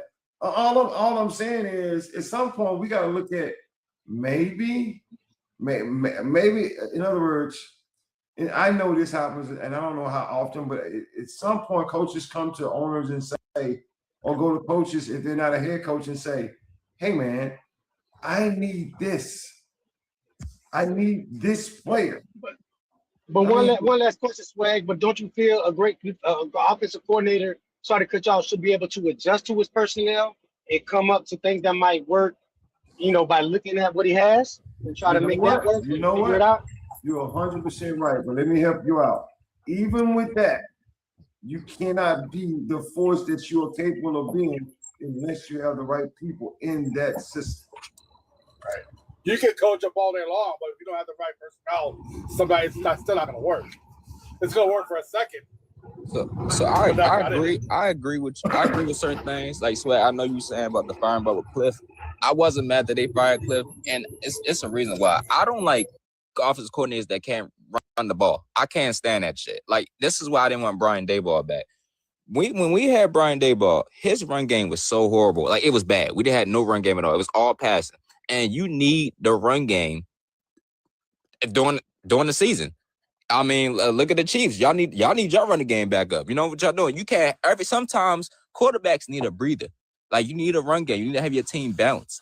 So Cliff ass started being more like, you knew what he was going to do. Like, I knew he was going to run the ball. The team, everybody knew his ass was going to run the ball. So yeah. I wasn't mad that they fired him. And if you seen, they made a move too. Like, I know the defense is fucking horrible. Need to work on that too. But Cliff started to be more stale. Like, it started being the same shit. And I'm like, all right, Cliff, this kind of getting annoying. Like, the team know what you about to do. And they got a new GM, new owner, all that shit. So they not going for that bullshit. They just went to that. They was just in the NFC Championship. They're not going for a shitty season again. They want to win. They want to get that team ready now. Who's the run game coordinator? Because a lot of these OTs have those. what the hell is this? So it's not necessarily on Dabo or on Kingsbury. A lot of these guys, Shanahan, for instance, he it's had crazy because a lot of them guys before he went to Miami. A lot of them guys got fired from that offensive coordinator, all them defensive coordinator. A lot of them guys got fired. They're not. The Commanders. They see what's in that division. They see the Eagles. They see the Cowboys. They're trying to be ready now. So all that, all they doing, all that. Hey, we're gonna have a shitty ass run game. They're not going for it. They got to do all that shit. They trying to get it ready now. Hey, King Safe. Yes, sir. Hey, let me drop down. Let me bring Coach up here. I got you, brother. All right. And also, when you got a quarterback like JD5, that's talent. That's fucking talent right there. You can see the talent. They trying to get that shit ready. They not all that bullshit you doing. No. So here's the thing. I know. I love how this show just takes a mind of its own. There's great debates going on here. I mean, it does. It just takes a mind of its own. What the show is about is guys, is it a microwave NFL? Is it a microwave NFL? Do teams? If you want to bring King Safe back up, I'm probably going to go get something to eat here in a little bit. Okay. Yeah, I got one more thing to say is all. Yeah, I'm gonna go ahead and get out of here. Y'all have a great rest of y'all day. Coach. Take it easy, Cody. Blessed day. Peace, Cody. K, Mr. Corgus, KC, how you doing, brother? JB, El Rico, JM. Y'all have a good one, all right? You have a blessed one, bro. Bless, man. So go ahead, Mr. Corey. You said you got one more thing to say. Go ahead, Mr. Corey. Sometimes it works out for people. Like, Anthony Weaver really wanted to be the head coach of the Baltimore Ravens, but they hired Minner, but now he's their defensive coordinator, and I think that'll work out good for him because he can do what he wants and doesn't have the pressure now of being the head coach. He's on the team he wanted to be. He wanted to be their head coach, man. So now, Ms. Corey, you just brought up a whole new subject. Y'all know how I am with the Shockers, right? But no pressure on him now. He can just run the defense. He's on the team he wants to be on. So guys, do we take the first year head coach for the Baltimore Ravens and say, he on the hot seat? Man, he's in trouble, I think, because I don't think the Ravens are going to be all that great. But I'm asking the panel, y'all think he's on the hot seat? Because I don't think so. It's his first year. How can somebody be on the hot seat their first year? No. I don't want to hear all that because it happens. You know why? They fired the head coaches the first year in New England. They was talking about firing Eric Glenn last year. Like, so that's what I'm trying to. Enrico, I got you. You're 100% right. That's Makes what no we're damn talking sense. about. Are we not patient enough to let these guys build a damn team? The owners aren't. No, they're not. No, listen. This is a microwave society in its totality. We live in a microwave society, period. Everything is I want it right now. Nobody wants to put in the time and wait for it to build and work for it. That's just the transfer portal. All that stuff is showing you microwavable society. Transfer portal is what? It's a microwave. Oh, they're not giving me no playing time. I'm a transfer. Oh, this school don't want to give me playing time. I'm a transfer. Oh, this coach don't like me. I'm a transfer. Oh, I got something about that portal, coach, but you go ahead. I got about that portal. Yeah, I'm just saying, like the transfer portal. There was a kid on Ohio State. I don't know his name, but there was a kid on Ohio State, and he was a senior this year. It was his third school, dog. Ohio State was his third school in 4 years. His third school. Like you just jumping, like you just jumping from team to team to team, dog. Because coach, I feel about that transfer portal. I know it's off topic, but I feel that a player should be there at least 2 years unless the coach leaves. Now, if you come and that coach leaves that same season, and then you want to go to another school, cool, because you probably came there because of that coach. Well, other than that, you should be at a school at least 2 years before you get that portal. This is my opinion. I don't want to change the thing. But that's just my opinion about that portal, dog. Right, but we were just talking about, Swag said this is a microwave society. Yeah, it's a microwave game. Yes, it's a microwave game. This is why coaches get fired after one season. This is why coaches get fired in the middle of the season. This is why coaches get fired after a year and a half and all this other crap. Nobody wants to build anything. They want it is what have you done for me lately? is what have you done for me lately this year, right now? Not in the last 2-3 years. What have you done for me lately right now? And because society is that way, it's going to filter down to all. It's going to filter down to the sports, because that's how society is. Paul, what's going on, man? Hey, not a bunch, man. Listen to you guys. Good show so far. It's every morning, 9 a.m. If you don't want this show, you also can go to Not Move Podcast. They on all day, 24/7. We're gonna talk about real football. We're gonna talk about real football subjects. And by the way, just to let you know, Paul, JB don't know this yet, but Saturday morning at 9 o'clock is gonna be a big show, 3 hours long, about the Super Bowl. Because I'm not talking about the Super Bowl every day. There's nothing to talk about. There's nothing to talk about. Nothing. Zero. Yeah. Nothing. I hear. I got you. Hey, Swag, can I ask Paul a question? Go ahead, Paul. Go ahead, Kate. Paul, are you a Raiders fan? You better believe it, buddy. I knew it. And it don't take nobody take it no way. Everybody know Raiders fans got that accent. They don't play. Raiders don't play. Don't play. Like, you know how we roll.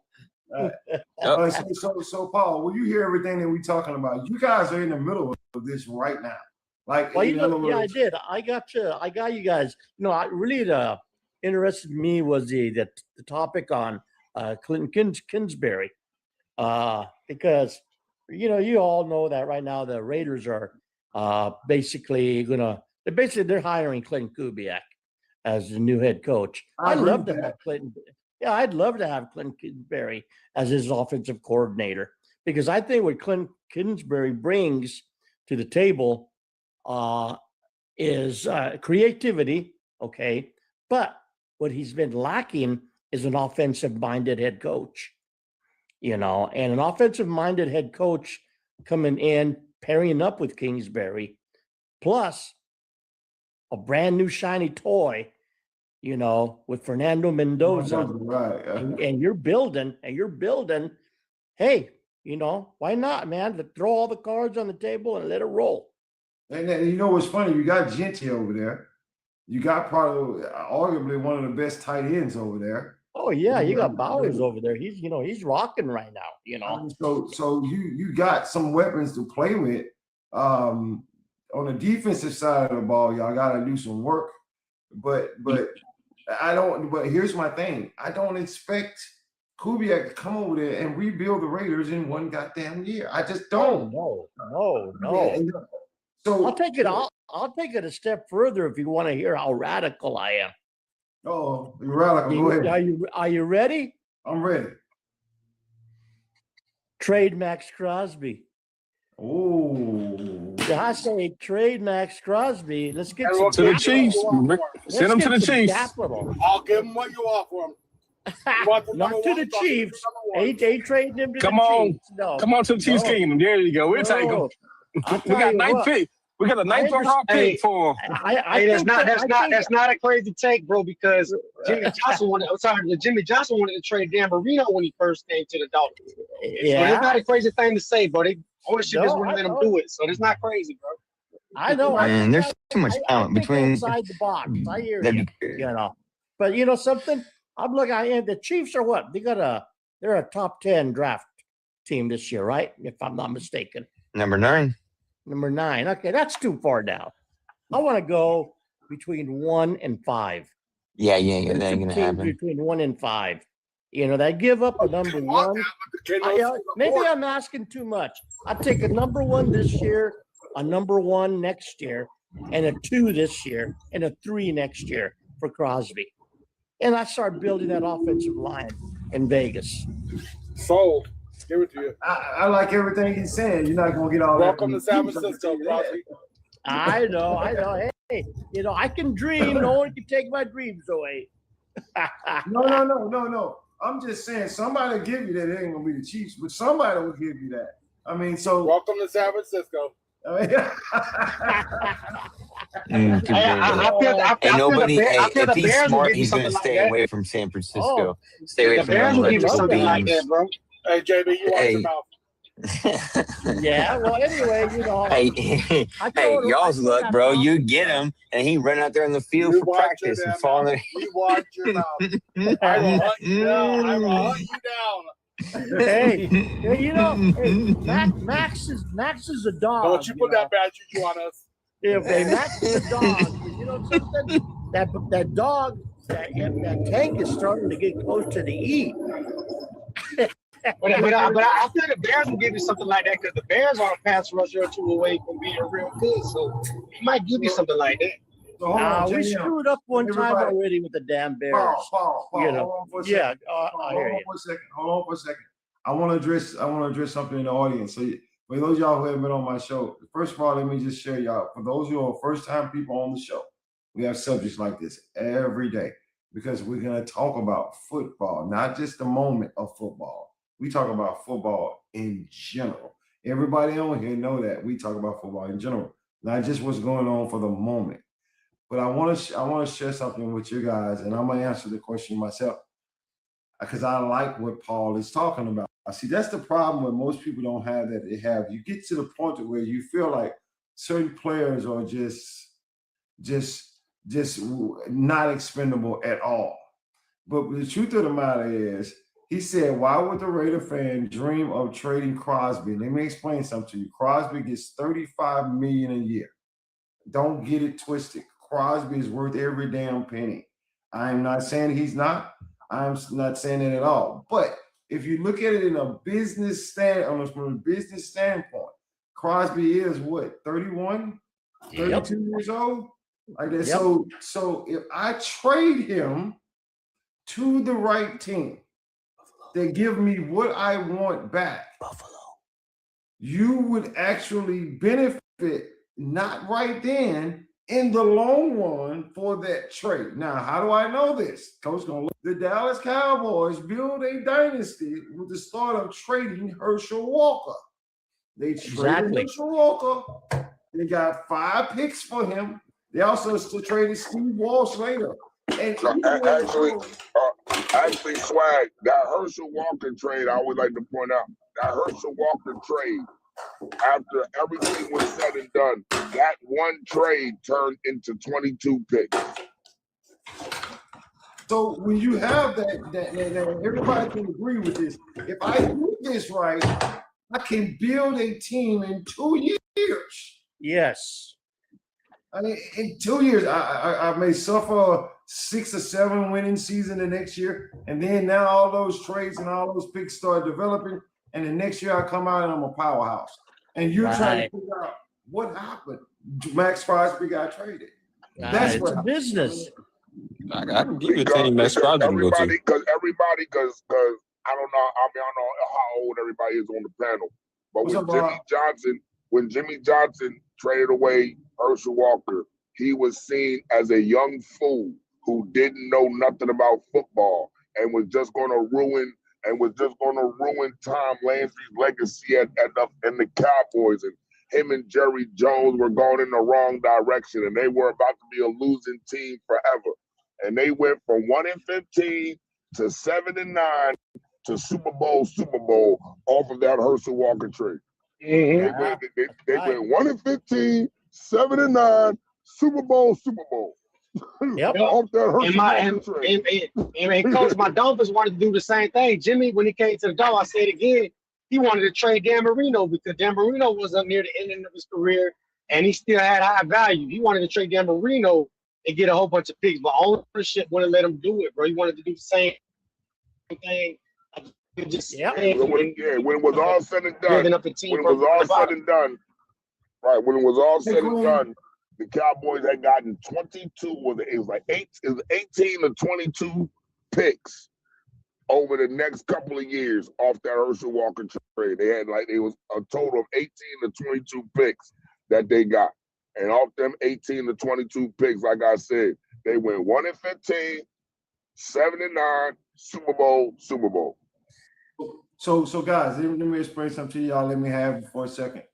For everybody who's on the show, I didn't get Joe's. I didn't even give you a chance to talk. What you got? Anything you want to say? Oh, I mean, I was mostly just up here to respond. I was gonna say that, I put a big blame of the reason why everything is so microwave in the NFL right now on the fans, because the fans suck and they're impatient. And now you have all these analytics guys in the front office who don't know how to like make decisions for themselves. So they just go off of fan reactions. I love it. She said the fans suck. Also, I ain't gonna lie. I'm not blaming them, but everybody want to be the fucking Chiefs. They see Andy Reid and Mahomes and like, oh goddamn, we want that type of success. Like Andy Reid came to the Eagles, went to the Chiefs, and Mahomes came to goddamn in a league. They went to the AFC Championship immediately. So everybody looking at them and they trying to say, oh, can we get the next Mahomes, the next Andy Reid, the next Josh, the next not Sean McDermott, the next Lamar Jackson, and blah blah blah. You know what I'm saying? Everybody want that shit. But guess what, buddy? Everybody's not Andy Reid. Everybody's not Mahomes. And everybody's not that organization. You have to build it the way you think it should be built that fits what your narrative is. I mean, and Rome wasn't built overnight. No, I mean, like it doesn't. And I give it to you, Swag. Y'all actually adjust to y'all personnel, bro. Like, I'm sorry to cut. Like, y'all actually went from a passing heavy. Y'all running more. Y'all adjusting what y'all got, and making adjustments to y'all personnel to be successful to win games. At the end of the day, it's about winning the games, and y'all one of the best at doing it. But everybody doesn't have the capacity to be able to figure that out, like you and Spags and y'all coach do, bro. Everybody can't do it. I mean, and the funny thing about it is we being Chiefs fans, we understand. Hey, the Chiefs wasn't bad when Mahomes came. They were a playoff team when Mahomes came. I mean, Mahomes just was the missing ingredient. But if y'all recall, when Mahomes came his first year, when he threw 50 touchdowns and had over 5,000 yards, the reason why he did all that, well, actually because he's damn good, but the defense was horrible. They were horrible. And then we still got to the AFC Championship, and what happens after that? Sutton gets fired, Spags take over, and the next thing you know, you just start developing a team. It takes steps. It's steps. And what Paul was talking about, I agree with. That's what you do. You take steps. Now I'm gonna tell you something. I don't know if y'all enjoyed this show or not, but I'm just gonna say this. There's many, many more shows like this coming. I apologize for yesterday. I couldn't get on. It's still chaotic in my house right now. My phone been ringing off the hook since y'all been on the phone. But what I'm trying to get you guys to understand is I need a little favor though. I put out a little 15-second video. Man, share that thing for me. And I was basically just saying, guys, if you don't have your own show and you want to go live, man, go live. Now listen, I'm just gonna tell you like this because I don't want nobody to say, oh, well, you think he can't do that. I can't come on everybody's show. I can't be on social media all day because I do other things too. But when I can, JB can vouch for this, Coach Carmer can vouch for this. I can come on your show. I'm coming. I'm gonna come on your show, but I think everybody on here, Joe's, you, Brianna, y'all should have a normal show every single day. JB them is 24/7. Anybody ask me what Not Move Podcast is? It's 24/7. Somebody's always on for Not Move Podcast. I mean, so all these different things, all of you guys, I'm pushing for all of you guys to start having a show. Why am I pushing for that? Number one is TikTok asked me to.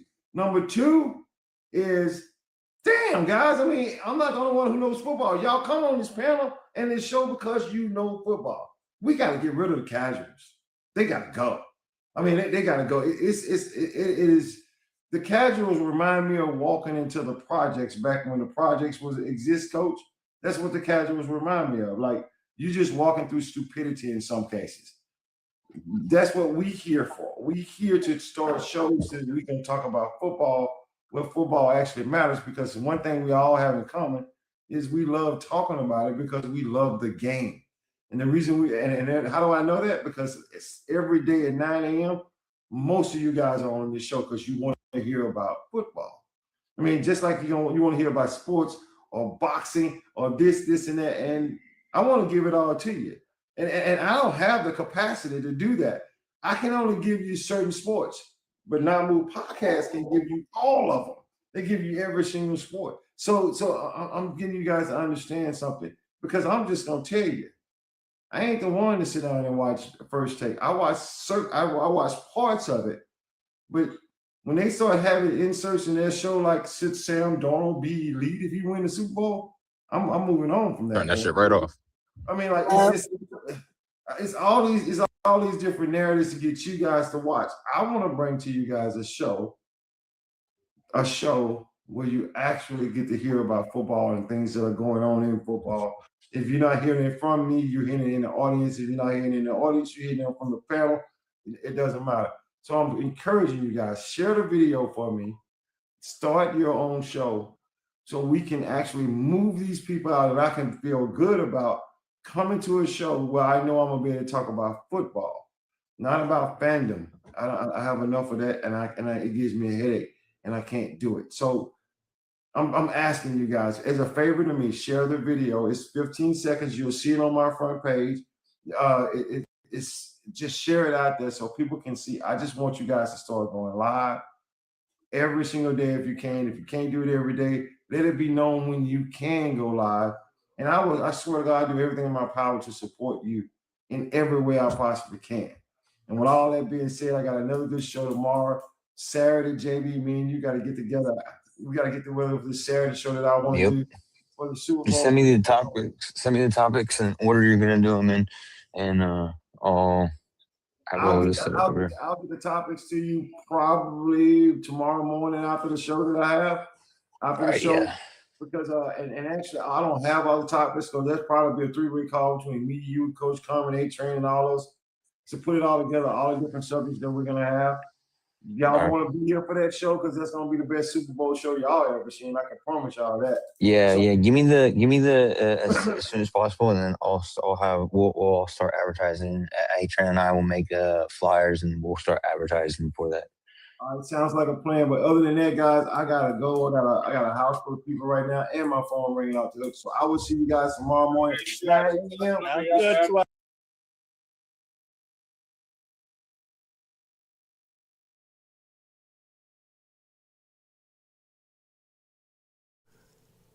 This non-casual podcast may not be reproduced, retransmitted, or reused without the authorized written consent of the Not Move Podcast Network. Thank you, and we hope you enjoyed today's broadcast.